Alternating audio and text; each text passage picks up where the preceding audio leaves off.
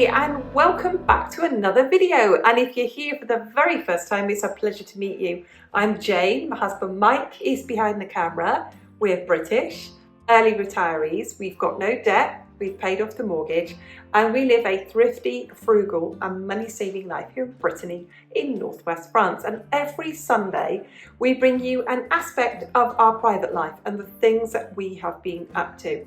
It is no spend June for us. We have 6 no spend months a year. We used to do it to save money. We now, due to the cost of living crisis, do it to break even.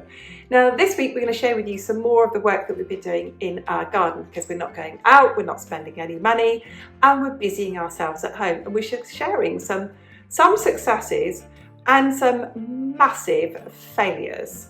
So we're good at some type of gardening and we're rubbish at other type of gardening. So we hope that you enjoy the video or find it amusing or interesting, and please be kind, and I hope you enjoy the video. It is Monday morning, and if you've been watching the channel for a while, or if you follow me on Instagram or anything like that, you'll know there's 3 things I like to do a day. I like to get a gardening job done, I like to get a housework job done, and I like to get a sewing job done. I'm a quilter and I've got a quilt that I really want to make for someone. So let me tell you about my gardening job today. In the river, this is the hemlock. I've been cleaning it out and I can only do one section at a time. It's not difficult, it's not hard work, I just hate doing it, and my coping mechanisms for this are not very big. I'm not very resilient when it comes to doing something I don't like. I'll do it. Excuse the dog in the background. I have no idea why my neighbour's dog is barking. I'd better go up there and see that my neighbour isn't stuck down a well or something. Could be like Lassie. He could be alerting us to, please come and help my master. Anyway, today, jobs for today. This is broom and I'm going to cut that back, or cut it down. It's gone too far. And this over here is buddleia, and although it looks really good, in the storm it uprooted itself, and I've got tons more buddleia, so this is going to go today. And I've got my big loppers. I'll do as much as I can. I might have to get Mike down to cut the really thick bits with a little saw or his small chainsaw. Let's have a go at getting rid of this buddleia and this broom.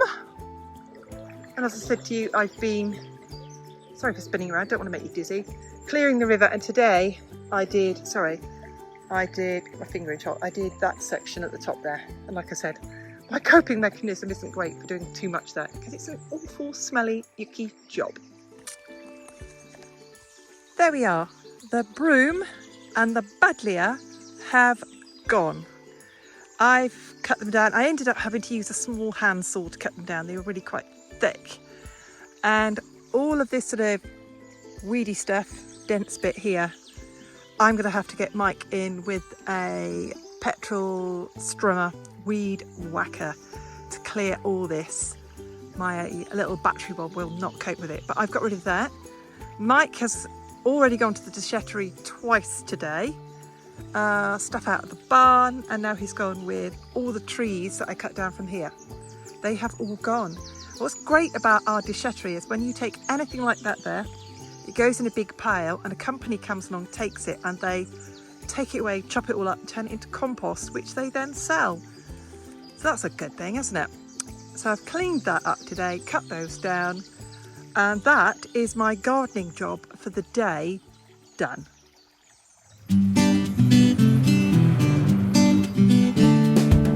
We're going to share with you a project that we're going to get done today or over the next few days, and it is to extend this bed.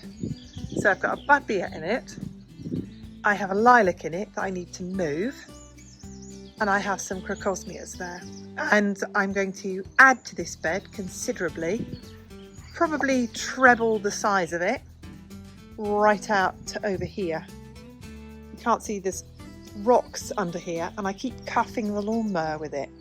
So we can extend it all, make it much bigger, and have this big bed. So we've got to move a load of soil that we've got piled up and get this little job done.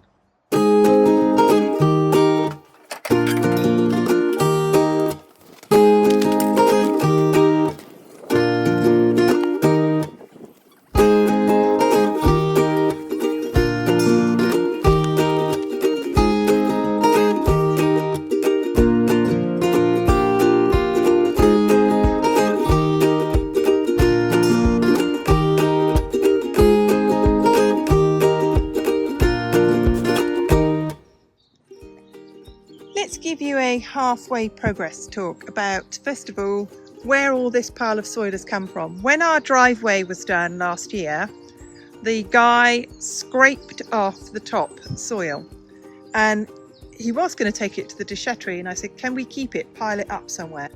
And he piled it up here, and if I go gently over here, under this mound here is another pile of it, and we're going to be using that.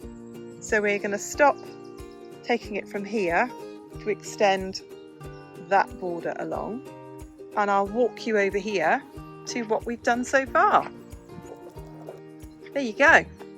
So we're going to keep going with this flower bed all the way to the shed, and I've got pots of plants that have cost me next to nothing to go in here, and we've got some compost that we bought not in No Spend June but from our garden budget in May, that we're going to top dress all this with to add some nutrients into this very poor soil. Let's show you the progress that we've been making. Mike has dug out and moved for me here about 10 wheelbarrow fulls of soil here. I've been levelling it and moving it and raking it as he does that. I've then dug out of another border that was a bit crowded 2 ferns to go in here, and I've been picking out my plants that I'm going to put in here. The soil is done. We've put 2 bags of compost on top of this. The soil here is terrible quality. It's kind of decomposed granite. It's very gravelly. It's very free draining. So this border is going to need watering a lot all summer, but it'll gain some water in the winter, and next spring we will put horse muck on this. So that's the border done. I'm going to split the crocosmias to get more for my money. I probably paid about €5 for that lot. I've got the 2 ferns out of the garden. I've got an arum lily from the edge of the river. It's in sandy soil. I've seen it in the village growing in council flower pots. So I've got some more. I've got a cotoneaster. I've got a yellow flowering shrub. I can't remember what it is, but I'll put it in the notes below. And I've got a New Zealand flax. It'll be quite crowded, but over time things will be dug up and things will be moved. So we are going to get those all in. So here is our finished order. I'll talk through how we did it really affordably. When we had the driveway done last year, the guy came with the machine and he scraped all the topsoil off it. Very, very little. And we put it in a pile and it all composted down and the weeds all died off it, and we got some soil from that. So that's in here. Then when I go through the plants, when I look here at the buddleia, I grew that from a cutting. Let's start over here. The cotoneaster, which is tiny at the moment, was €3 from a charity sale. I've got 1 pot of crocosmia that I split into the 2, and that was €5 from a Vid Grenier, which is like a yard sale. Then the lily I dug up from the bottom of the garden. I've got 2 ferns, again I've dug up from the bottom of the garden. I've got a lilac that a friend has grown for me that she grew from a cutting. I've got 2 millepertuis, one that's even trying to flower here, which will turn into massive yellow shrubs. So when these grow a bit bigger, I will of course move them. But I grew those from cuttings. And then I've got the New Zealand flax, which will take up almost all of this bed eventually, that I paid €3 for from a car boot sale. We did add some compost that we bought previously on the top to top dress it, because the soil from there is predominantly subsoil and it's really, really poor soil. But we've given it a go and it's cost us very little, and in some cases absolutely nothing.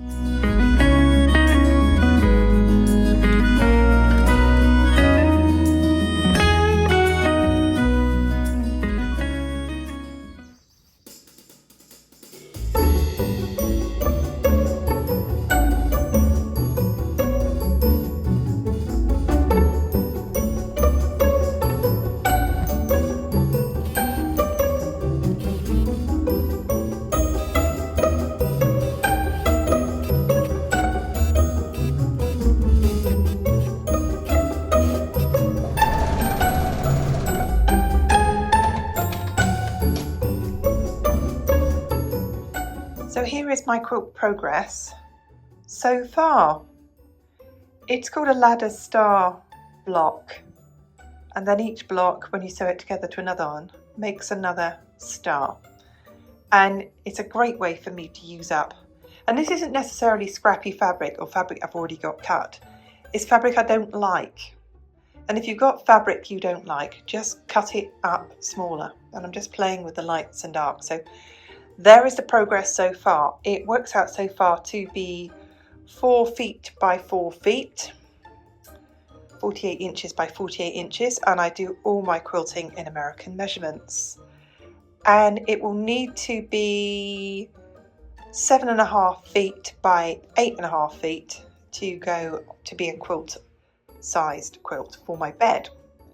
And I don't make them any bigger than that because my quilting frame that you can see here will only take a quilt 8 foot wide, but you can only make it 7.5 foot wide. So there we go.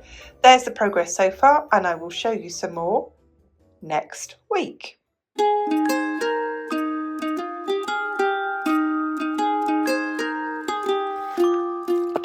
Right, when I buy plants like this, I get them from vide greniers, which is what in the UK we would call car boot sales, or you might call in America, you might call them yard sales. And neighbourhoods have them, and people sell all the stuff they don't want. And I paid €7 for this plant. It's grown a bit since I've bought it. And then I went to a charity open day garden, and they were selling plants to raise money for charity. And I paid €4 for that one, so 7 and 4, 11. Now normally in a garden centre, a plant of this quality would cost about €35 here. So we save a whole ton of money by buying ones that other people have brought on themselves in their own homes. The hydrangea sabrina that I've planted there isn't going to stay there. It isn't going to have room in the long run, but for now it's better off there in the soil than if I kept it in the pot, because it dries out in the pot and I can keep it moister in the garden. So this hydrangea's in, so I've got lots of pinks there. I would like to say I would just only buy blues, but I don't. I'm now not fussy of whether I buy pinks, whites, blues, creams. That one's kind of a lilac colour. I don't really mind. I like that kind of a eclectic mix. So what I'm going for in this garden here is kind of a woodland, rustic, natural looking garden.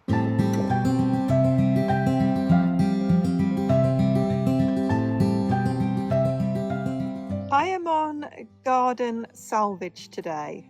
I came down here to find all of the beetroot was just keeled over and dead, and that's because the voles had eaten every single thing underneath. And it's not until you pull up all of the beetroot that you can see underneath how the voles are just in here. So if I scream, it's because I found one. So you can see how the burrows are everywhere here. So we're going to salvage whatever we can here. Now the advice I've been given with anything like potatoes or beetroot or anything I can is basically harvest it now.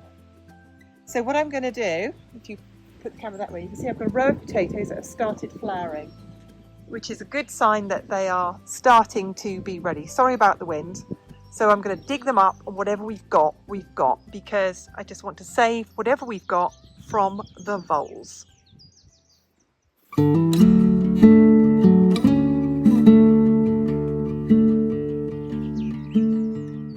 So you can see here the voles have already made a really good start on the potatoes. So that's why the advice is dig them up now, and whatever you've got is whatever you've got. It's better than the voles eating the lot. Because once you've got a vole or voles in your bed, they'll just work their way through and they will eat all of it. And I've already got some potatoes dying back over there, which tells me they're on their way. So I'm just going to dig up what I can get, and I'll show you if I get any potatoes at all. I obviously won't eat any that an animal has been chewing on.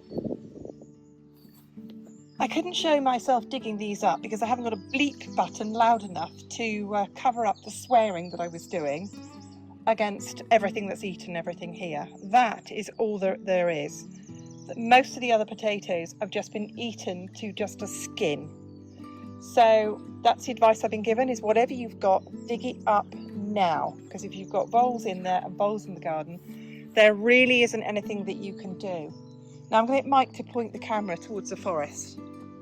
We live in a densely forested area. So if you imagine we live in a clearing in the forest, and we are fighting against everything that's going on, that comes out of there, that lives in there and around here. This is our second year of growing vegetables here, and our second year of having just about everything eaten by either mice or voles. Now, if you look up Huelgoat Forest, Huelgoat Forest, we live in the middle of it, and you'll see it's one of the most densely forested areas in all of Brittany. And we've got a lot of wildlife, and it's the reason why we don't have chickens, that we don't have cats, that we don't have ducks, and we are going to be not growing any more vegetables. Now, if my life depended on it, if vegetables were so expensive in the shops that I couldn't afford them otherwise, I would find a way around this. This isn't worth the stress of dealing day in, day out with the level of vermin we've got living here. Now, I love the vermin, I love the wildlife, I love the nature, I love the fact that my raspberries get eaten by deer, my blackberries get eaten by deer, my strawberries got completely eaten by mice. There really isn't anything I can do about it. Unless I grow in a sterile factory type of environment, I'm not going to not have these things. They will exist. They will exist.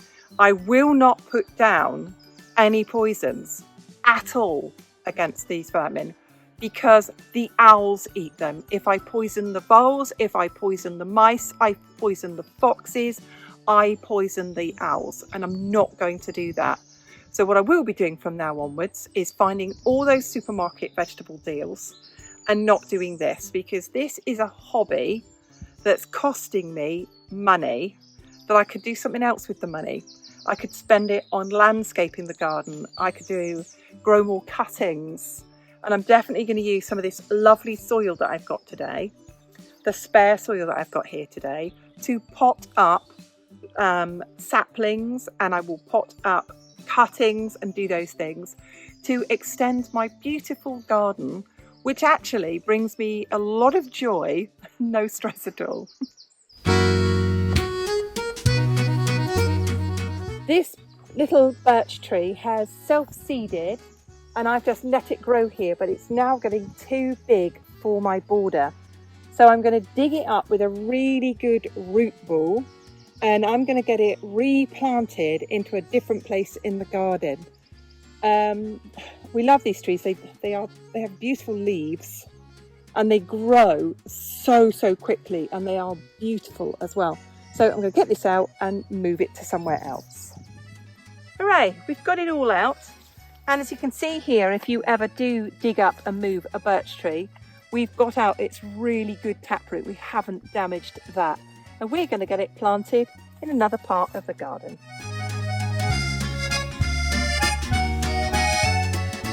One free birch tree. Now that's the kind of gardening I like.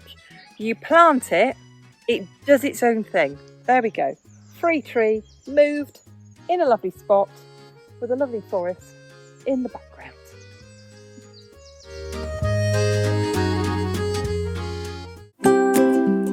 Thank you so much for watching. Thank you to everyone who leaves a comment. We read every single one of them. If you're not a subscriber, and I know loads of you watching are not subscribers, go on, hit the subscribe button. You won't miss any of our videos. We put out 3 frugal living videos every single week, and we'll see you soon. Bye for now.